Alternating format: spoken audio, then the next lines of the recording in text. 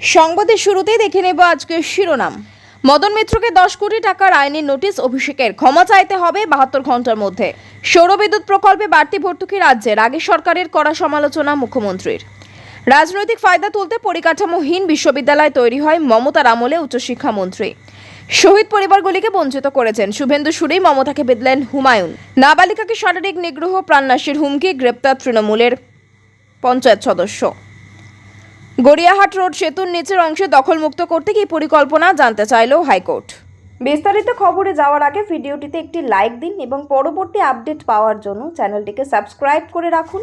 এখন বিস্তারিত খবর। ফেসবুক লাইভে এসে খুনি ও সুপারি কেলা নিয়োগকারী বলে মন্তব্য করার অভিযোগে কামারহাটির বিধায়ক মদন মিত্রকে আইনি নোটিশ পাঠালেন তৃণমূলের সর্বভারতীয় সাধারণ সম্পাদক তথা ডায়মন্ড হারবারের সাংসদ অভিষেক বন্দ্যোপাধ্যায়। মঙ্গলবার অভিষেকের আইনজীবী শ্রবণা সেনগুপ্তের মাধ্যমে আইনি নোটিশ পাঠানো হয়েছে। নোটিশে আগামী 72 ঘন্টার মধ্যে লিখিত এবং ভিডিও বার্তার মাধ্যমে প্রকাশ্যে নিঃশর্ত ক্ষমা চাওয়ার দাবি জানানো হয়েছে। পাশাপাশি অভিষেকের রাজনৈতিক ও সামাজিক ভাবমূর্তি কালিমা লিপ্ত করার জন্য 10 কোটি টাকা ক্ষতিপূরণ দেওয়ার দাবিও জানানো হয়েছে। আইনি নোটিশে উল্লেখ করা হয়েছে, গত 19শে জুলাই রাত আনুমানিক 9টা 40 মিনিট থেকে 10টার মধ্যে নিজের ভেরিফাইড ফেসবুক পেজ থেকে প্রায় 8 মিনিটের একটি লাইভ সম্প্রচার করেন মদন মিত্র। সেই ভিডিওর 6 মিনিট 55 সেকেন্ডের মাথায় অভিষেকের বিরুদ্ধে বেশ কিছু উদ্দেশ্য প্রণোদিত মিথ্যা ও ভিত্তিহীন অভিযোগ তোলা হয় বলে দাবি করা হয়েছে। নোটিশে অভিযোগের অংশটি তুলে ধরে কড়া ভাষায় বলা হয়েছে, আমার মক্কেলের বিরুদ্ধে আপনি একাধিক মিথ্যা, বেপরোয়া, বিদ্বেষপূর্ণ এবং অত্যন্ত মানহানিকর মন্তব্য করেছেন। আপনি আমার মক্কেলকে অপরাধী ও খুনি হিসেবে বর্ণনা করার ধৃষ্টতা দেখিয়েছেন। এমনকি তিনি টাকা দিয়ে বা সুপারি কিলার নিয়োগ করে মানুষ খুন করান বলেও অভিযোগ করেছেন। আপনার এই প্রতিটি অভিযোগ সম্পূর্ণ মিথ্যা, বানানো, বিদ্বেষপূর্ণ এবং এর কোনো বাস্তব ভিত্তি নেই। সবচেয়ে বড় কথা, আপনি নিজেও খুব ভালোভাবে জানেন যে আপনার করাই মানহানিকর মন্তব্যগুলি সম্পূর্ণ মিথ্যা। দীর্ঘ টালবাহানার পর অবশেষে এ রাজ্যেও শুরু হলো প্রধানমন্ত্রী সূর্যঘর প্রকল্প। মঙ্গলবার নবান্ন সভাঘর থেকে আনুষ্ঠানিকভাবে এই সৌরবিদ্যুৎ প্রকল্পের সূচনা করলেন মুখ্যমন্ত্রী শুভেন্দু অধিকারী। প্রথম দফায় রাজ্যের 1810টি পরিবার এবং প্রকল্পের আওতায় এলো। একদিকে পরিবেশ বান্ধব বিদ্যুৎ ব্যবহার এবং অন্যদিকে আমজনতার ইলেকট্রিক বিলের বোঝা কমানো, এই জোড়া লক্ষ্যে কেন্দ্র এই প্রকল্প এনেছে। এই দিন নবান্ন থেকে প্রকল্পের সুবিধা তুলে ধরার পাশাপাশি পূর্বতন সরকারকে তীব্র আক্রমণ করেন মুখ্যমন্ত্রী।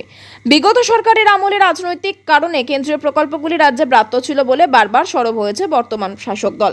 এদিনও তার ব্যতিক্রম হয়নি। আগের সরকারের অসহযোগিতার জন্যই রাজ্যের মানুষ এতদিন এই প্রকল্পের সুবিধা থেকে বঞ্চিত ছিলেন বলে দাবি করেন মুখ্যমন্ত্রী।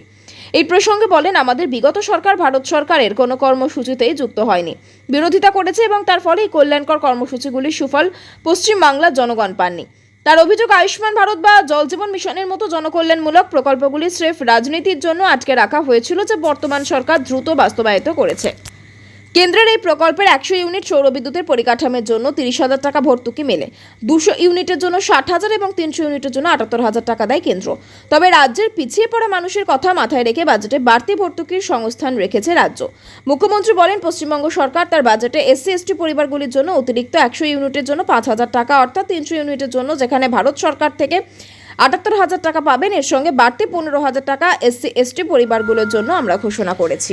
শুধুমাত্র রাজনৈতিক ফায়দা তুলতে সস্তার প্রচার পেতে যত্রতত্র পরিকাঠামোহীন বিশ্ববিদ্যালয় তৈরি করেছিল বিগত সরকার। মঙ্গলবার বিধানসভায় উচ্চশিক্ষা দফতরে 2026-27 অর্থবর্ষের বাজেট বিতর্কে অংশ নিয়ে এই অভিযোগ করেন রাজ্যের উচ্চশিক্ষামন্ত্রী জগন্নাথ চট্টোপাধ্যায়। পাশাপাশি তিনি কলেজগুলির ইউনিয়ন রুম থেকে উদ্ধার হওয়া সামগ্রীর তালিকাও তুলে ধরেন। এদিন বিধানসভায় দাঁড়িয়ে জগন্নাথ চট্টোপাধ্যায় অভিযোগ করেন, বিশ্ববিদ্যালয় তৈরির ক্ষেত্রে অতীতের পরিসংখ্যান ও বাস্তব চিত্রের আকাশ পাতাল ফারাক রয়েছে। তিনি বলেন, তখনকার মুখ্যমন্ত্রী মমতা বন্দ্যোপাধ্যায় এখানে দাঁড়িয়ে চিৎকার করে গর্বের সঙ্গে বলতেন, 39টা বিশ্ববিদ্যালয় তৈরি করে দিয়েছে, কিন্তু বাস্তবটা ঠিক কি সেই বাস্তব পরিস্থিতি, সেই ব্যাখ্যা দিতে গিয়ে উচ্চশিক্ষামন্ত্রী জানান, দার্জিলিং হিল ইউনিভার্সিটির ছাত্র সংখ্যা মাত্র 39 জন। আস্ত একটা বিশ্ববিদ্যালয় চলছে একটি ITI কলেজের সামান্য একটি ঘরে। প্রাক্তন মুখ্যমন্ত্রীর বিরুদ্ধে খামখেয়ালিপনার অভিযোগ তুলে তিনি বলেন, পাহাড়ে ঘুরতে গিয়ে হয়তো কেউ বলেছিল এখানে একটা বিশ্ববিদ্যালয় করতে হবে, অমনি ব্যাস বলে দিলেন করে দে। এখানেই থামেননি তিনি, উত্তরবঙ্গে মাত্র 20 কিলোমিটারের ব্যবধানে দুটো বিশ্ববিদ্যালয় তৈরির প্রসঙ্গও টানেন। পাশাপাশি দক্ষিণ দিনাজপুর বিশ্ববিদ্যালয়ের কথা তুলে তিনি জানান, শুধুমাত্র সুকান্ত মজুমদারকে হারানোর লক্ষ্যে তড়িঘড়ি ওই বিশ্ববিদ্যালয় ঘোষণা করা হয়েছিল, যার নিজস্ব কোনো জমি বা ভবন নেই। সাধারণ ভাড়া বাড়ির মতো প্রতি 6 মাস অন্তর ঠিকানা বদলে সেখানে কাজ চলে। কন্যাশ্রী বিশ্ববিদ্যালয়ের কেবল গেস্ট ফ্যাকাল্টির সম্বল, আর হাওড়ার হিন্দি বিশ্ববিদ্যালয়ের উপাচার্য মাত্র 178 জন পড়ুয়া নিয়ে কার্যত কান্নাকাটি করছেন বলেও কটাক্ষ করেন মন্ত্রী।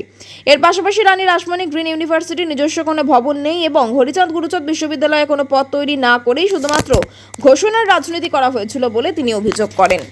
21 জুলাই শহীদ পরিবারের ক্ষতিপূরণ নিয়ে রাজ্যের রাজনৈতিক তরজা আরও তীব্র হলো।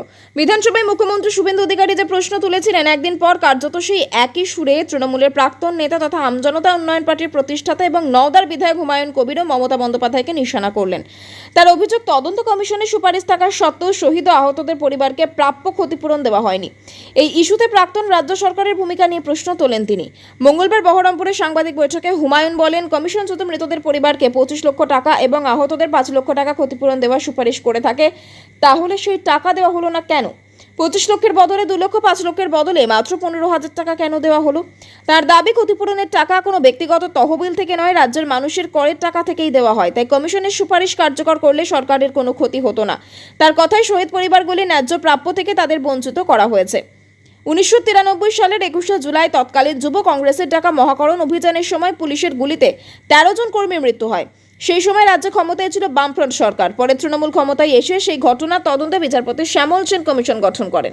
তবে সেই কমিশনের পূর্ণাঙ্গ রিপোর্ট প্রকাশ্যে আনা হয়নি বলে দীর্ঘদিন ধরেই অভিযোগ ছিল। সোমবার বিধানসভায় সেই কমিশনের 172 পাতার রিপোর্ট প্রকাশ্যে এনে মুখ্যমন্ত্রী শুভেন্দু অধিকারী দাবি করেন, কমিশন মৃতদের পরিবারকে 25 লক্ষ টাকা এবং আহতদের 5 লক্ষ টাকা ক্ষতিপূরণ দেওয়ার সুপারিশ করেছিল। তার অভিযোগ, তৎকালীন তৃণমূল সরকার সেই সুপারিশ কার্যকর না করে মৃতদের পরিবারকে 2 লক্ষ টাকা এবং আহতদের মাত্র 15,000 টাকা দিয়েছে। শুভেন্দু সেই বক্তব্যের পর থেকেই রাজনৈতিক মহলে নতুন বিতর্ক শুরু হয়েছে। কয়েকটি শহীদ পরিবারও ক্ষোভ প্রকাশ করেছে বলে দাবি করছে শাসক শিবির। মালবাজার থানা এলাকায় নাবালিকার শারীরিক নিগ্রহ ও প্রাণনাশের হুমকির অভিযোগ। ঘটনায় ওদলাবাড়ি গ্রাম পঞ্চায়েতের তৃণমূল কংগ্রেসের এক সদস্যকে গ্রেফতার করল পুলিশ। জানা গিয়েছে, নির্যাতিতা নাবালিকার বাবা বেশ কয়েক বছর ধরে কর্মসূত্রে ভিন রাজ্যে থাকেন। তাদের বাড়ি মেটুলি থানা এলাকায়। 3 বছর আগে নাবালিকার মা সন্তানদের নিয়ে ওদলাবাড়ি এলাকায় বাপের বাড়িতে চলে আসেন। সেখানেই ঘটেছে ঘটনাটি। অভিযোগ, ওদলাবাড়িতে আসার পর থেকেই এই পরিবারের সঙ্গে সখ্যতা বৃদ্ধি করে অভিযুক্ত পঞ্চায়েত সদস্য। এরপর গত বছর অক্টোবর মাসে পুজোর সময় থেকে মায়ের অনুপস্থিতিতে নাবালিকার উপর শারীরিক নির্যাতন শুরু করেন অভিযুক্ত ব্যক্তি। সেই সঙ্গে ক্রমাগত প্রাণনাশের হুমকি দেওয়া হয় নির্যাতিতা নাবালিকাকে। নির্যাতন এবং হুমকির মুখে ক্রমশ ভেঙে পড়তে থাকে সে। পরবর্তীতে নির্যাতিতা নাবালিকা তার মাকে গোটা বিষয়টি জানায়, কিন্তু তার মা বিষয়টিকে গুরুত্ব দেননি বলে অভিযোগ উঠেছে।